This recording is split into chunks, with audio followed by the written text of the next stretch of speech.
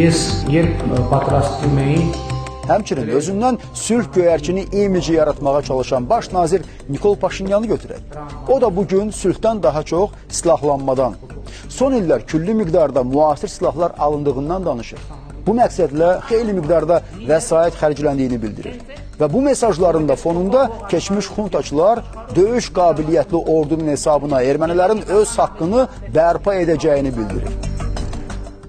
İndi biz başa düşmür. Ermənistan sülhə hazırlaşır ya müharibəyə. Bir tərəfdən rəsmi İrəvan regional əməkdaşlıqda maraqlı olduğunu sübuta yetirməyə, münasibətlərin yeni mərhələyə keçdiyi görüntüsünü yaratmağa çalışır. Digər tərəfdən də müharibəyə yönəlik bu cür xəstə açıqlamalar verir. Odur ki, Ermənistan baş bilənləri əgər həqiqətən sülh naminə çalışırlarsa, bir zəhmət bunu sübut edən addımlar atsınlar. Amma sözdə yox, əməldə, elə Azərbaycan kimi.